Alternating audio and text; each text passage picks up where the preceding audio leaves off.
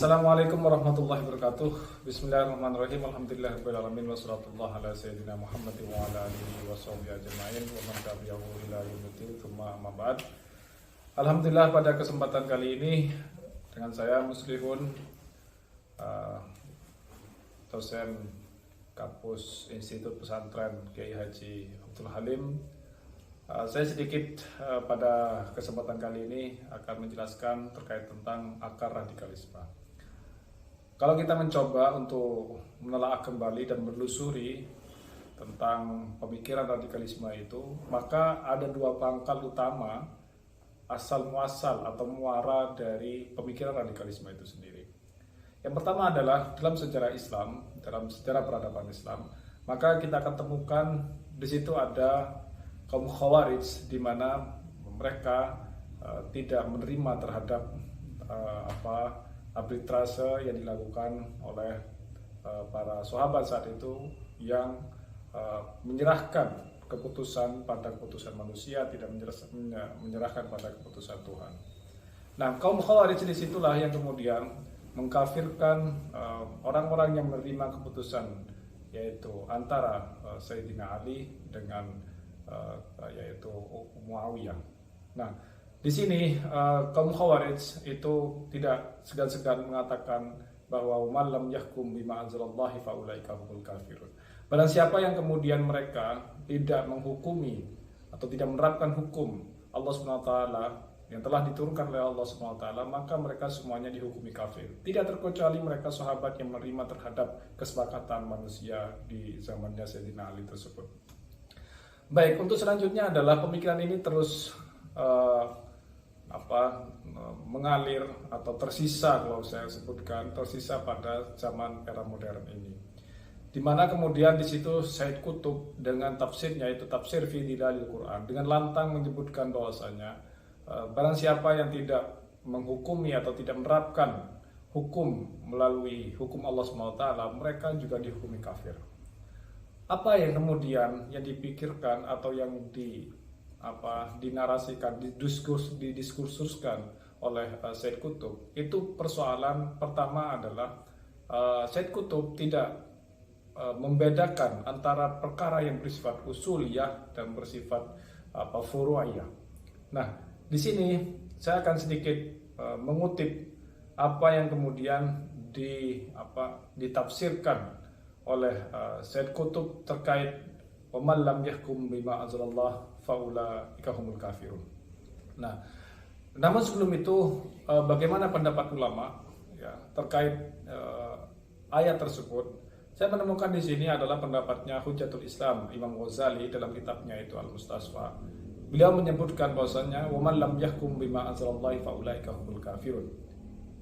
Imam Ghazali menyatakan kulna al-muradu bihi wa man lam yahkum bima anzalallah mukadziban bihi wa jahidan lahu. Yaitu barang siapa yang tidak menerapkan hukum dengan apa yang telah diturunkan oleh Allah SWT, artinya mereka itu mengingkari terhadap hukum yang telah diturunkan oleh Allah SWT, mukadziban bihi wa jahidan lahu, dan dia mengingkari, menolak terhadap apa yang telah diturunkan oleh Allah SWT, maka itu dihukumi kafir. Nah, itu hampir semua para ulama sepakat menyatakan hal yang sama. Tidak hanya Imam Ghazali, di situ juga Al-Imam Abu Muhammad Ibnu Athiyyah Al-Andalusi dalam kitabnya Al-Muharrar Al-Wajiz, beliau juga menyatakan hal yang sama. Bahwasanya yang dimaksud dengan tafsir wa man lam yahkum bima anzalallah faulaika humul kafirun, itu yang dimaksud di situ adalah laisal hukamul mu'minin idza hakamu bighairil haqqi fi amrin bi kufratin biwajhin. Bahwasanya tidak dapat dibenarkan kemudian, yaitu pemimpin seorang mukmin apabila mereka menerapkan suatu hukum bi ghairi haqqin, artinya tidak benar gitu ya. Artinya tidak menerapkan hukum Tuhan, maka di situ tidak bisa kemudian itu kita mengkafirkan dalam satu sisi gitu ya, hanya dengan perkara tersebut. Nah, oleh karena itulah para ulama kemudian tidak pernah, para ulama itu semerta-merta atau boleh kita katakan itu dengan gegabah mengkafirkan seseorang hanya persoalan satu sisi, mereka tidak bisa menerapkan tentang hukum Allah SWT. Nah, bagaimana kemudian terkait hal ini? Saya di sini menemukan apa yang dikatakan oleh dalam kaidah gitu ya, dalam kaidah usul.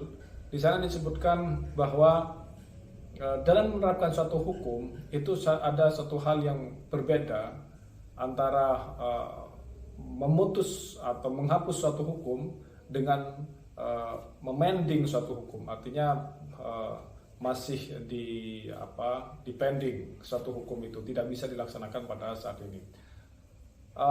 Untuk ilghaul hukmi atau memutus suatu hukum atau menghapus suatu hukum yang telah diturunkan oleh Allah SWT, maka jelas itu dikategorikan sebagai orang kafir.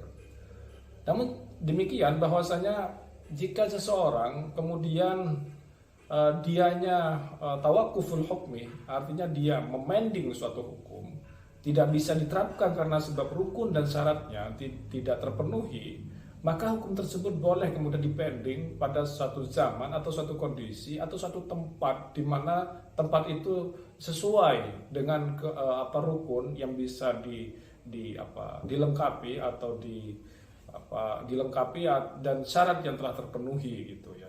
Nah, ini yang akan membedakan antara ilghaul hukmi sama tawakkuful hukmi. Nah, terkait dengan ilghaul hukmi dengan tawakkuful hukmi itu suatu hal yang berbeda. Tawakkuful hukmi itu berkaitan dengan apa yang bisa menyebabkan suatu hukum itu terjadi dan apa yang bisa melarang atau tidak terpenuhinya hukum itu diterapkan. Itu harus dipahami betul. Itulah kemudian dalam usul fiqh disebut dengan hukmul wadai. Nah, baik. Di sini kami mendapatkan suatu pernyataan apa yang disampaikan oleh Sayyid Qutb ya. Sayyid Qutb menyebutkan dengan lantang terkait pernyataan beliau, bagaimana kemudian beliau itu sampai terperangkap di dalam pemikiran yang bersifat radikalis gitu ya. Nah, beliau di dalam kitabnya yaitu At-Taswir Al-Fanni fil Quran, beliau bercerita wa dakhaltu al-ma'ahid al-ilmiyah. Itu ceritanya beliau seperti itu. Saya kemudian masuk pada ma'had atau taruhlah kalau di Indonesia semacam pesantren gitu ya, atau ya studi center gitu, al-ma'ahid al-ilmiyah. Faqara'tu tafsirul Quran fi kutubit tafsir. Kemudian saya itu membaca tafsir Al-Quran dari berbagai kitab tafsir. Wa sami'tu tafsirahu minal asatidah, dan kemudian saya itu mendengarkan tafsirnya tafsir Al-Quran tentunya dari para ustadz-ustadz atau profesor lah ya, atau yang maha guru, kira-kira semacam itu.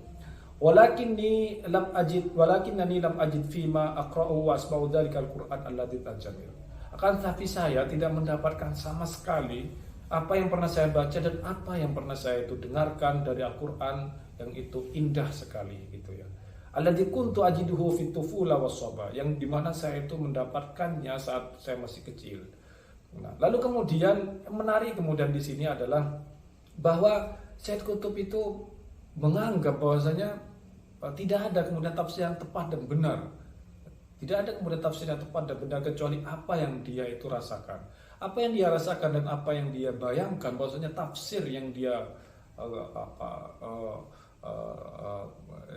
yang dia pahami dalam Al-Quran itu adalah bagaimana kemudian menerapkan sebuah tafsir itu, menerapkan suatu syariat itu tidak bisa sepotong-potong gitu ya, tidak bisa sepotong-potong karena menurut beliau itu ya ayyuhalladzina amanu udkhulu fis silmi kafah, bahwasanya kalau Anda itu pengen masuk Islam ya Anda harus totalitas semacam itu. Nah, itulah Sayyid Qutb ketika memahami Al-Quran di tafsirnya, itu tafsir fi dzilal Quran, ada kerancuan berpikir di situ, atau kalau tidak berlebihan, kalau saya bahasakan itu adalah gagal paham terhadap uman lam yahkum bima anzalallahu fa ulaika humul kafirun, yaitu persoalan terkait dengan mencampur adukan antara persoalan yang bersifat furu'iyah dengan yang bersifat usuliyah. Furu'iyah itu adalah soal cabang, yaitu ikhtilaful fiqh, yaitu perbedaan fikih para pandangan ulama. antara satu mazhab dengan mazhab yang lain. Tapi kalau usuluddin, yaitu dasar agama, itu tidak ada yang ikhtilaf, tidak ada yang berbeda antara satu kelompok dengan kelompok yang lain. Bahwasanya Tuhan itu satu, sepakat semua ulama tanpa terkecuali. Bahwa malaikat itu adalah yang menjalankan terhadap perintah Allah SWT, semisal wahyu dikirimkan oleh malaikat Jibril sesuai dengan tugasnya masing-masing dan lain sebagainya. Nah, begitu juga dengan kitab-kitab Allah SWT, yaitu kitab-kitab langit yang telah diturunkan, 4 kitab itu kita percaya semuanya itu bagian dari usuluddin, yaitu dasar agama. Tapi persoalan furu'uddin, yaitu cabang dalam agama, itu tidak, perbedaan dalam hal tersebut itu sangat wajar, karena para ulama antara satu dan yang lain itu berbeda dalam pemahaman sesuai dengan kondisi dan zaman yang mereka tempati suatu tempat dan mereka hidup di pada suatu zaman.